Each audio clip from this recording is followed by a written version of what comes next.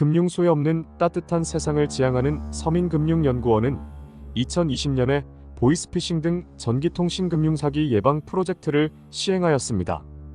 이 자리를 빌어 다시 한번 연구진 및 후원기관에 감사드립니다.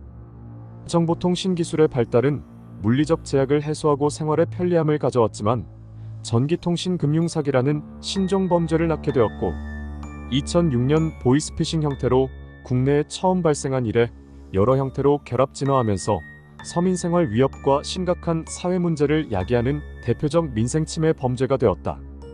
보이스피싱, 파밍, 메모리 해킹, 스미싱, 랜섬웨어 등의 전기통신금융사기 범죄가 근절되지 않는다면 개인에게 심한 경제적 타격은 물론 금융회사, 정부에 대한 사회적 불만과 불신으로 이어지게 되며 국내 자산의 해외 유출로 사회적 상실감 또한 커지게 된다.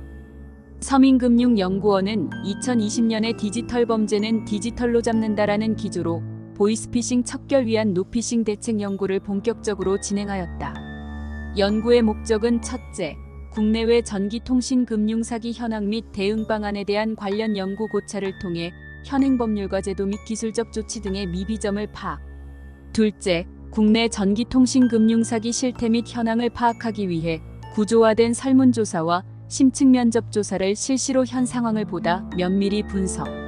셋째, 사전 예방, 차단, 피해 구제 등을 위한 정책 제도적, 기술적, 사회문화적 대응 방안 솔루션을 제시함으로써 궁극적으로는 전기통신금융사기 해결을 위한 통합 플랫폼을 구축 등에 있다.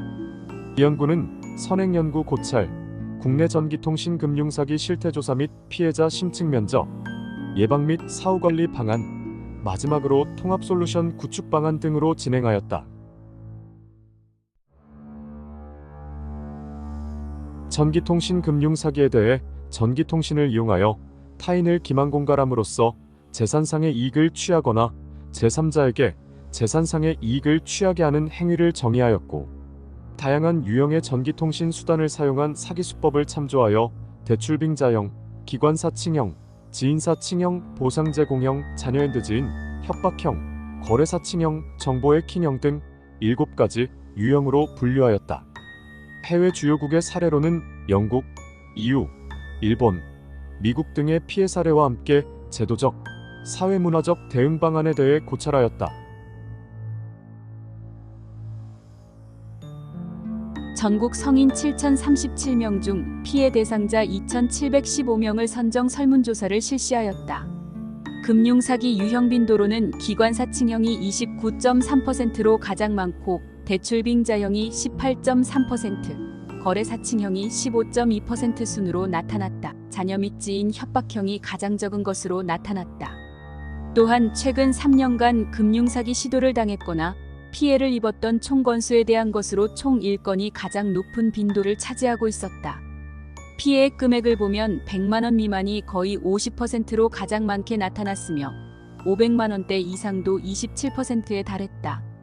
피해액이 경제생활에 미치는 영향을 전혀 영향이 없었다가 27% 약간의 어려움이 있었다. 가 38.7%, 큰 어려움과 파산 상태에 이르는 경우도 34%를 차지하고 있다. 금융사기를 당한 이유로는 나에게는 발생하지 않을 거라고 방심해서가 약 38%로 가장 높게 나타났고 강압적인 유도나 교묘함에 빠져서 잘 알지 못해서 등의 순으로 나타났다.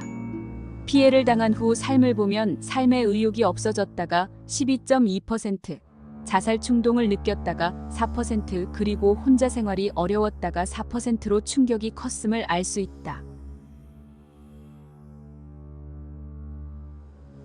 현재 형법상 컴퓨터 등 사용사기죄 구성 요건, 범죄수익은닉규제법 개정, 사기가담자의 처벌 규정 등의 법제도적 측면 개선과 통신사업자, 금융기관 등의 사기범죄 책임 강화, 정보공유 시스템 등의 정책을 강화하고 있다. 또한 더치트, 후컴퍼니 등의 민간업체도 기술적으로 발빠르게 대응하고 있다. 플랫폼이 작동되면 사용자는 법제자의 통화 접근 단계, 통화 수신 단계에서 예방 및 차단할 수 있게 되며 만일 실패할 경우 통화 실행 단계에서 민간 솔루션 기능이 작동 차단이 가능해진다. 만일 통화 접근, 통화 수신, 통화 실행 단계에서 사기 예방에 실패하게 되면 금전 피해가 발생하므로 사후 관리 영역으로 대응해야 한다. 결과적으로 전기통신 금융 사기에 대해 보다 효과적인 사전적 예방과 사후 대처를 위해서는 선제적인 예방 솔루션들의 기능 융합과 신속하고 체계적인 정보 공유 인프라 통합이 구현될 수 있는 구조화된 플랫폼 구축이 필요하다.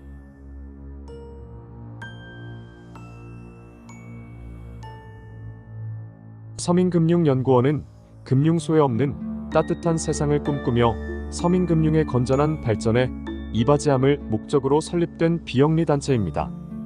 변함없는 성원과 참여를 부탁드립니다.